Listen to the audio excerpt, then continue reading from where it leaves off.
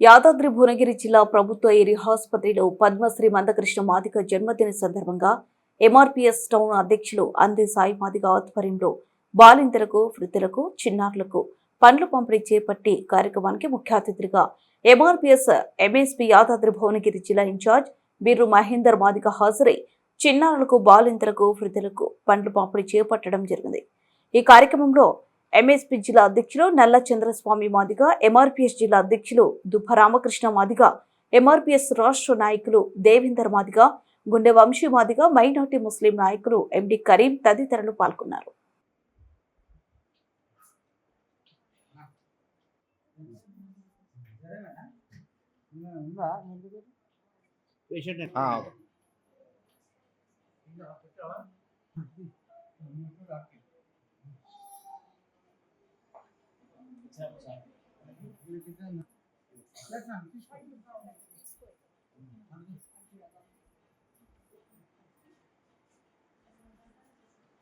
Right.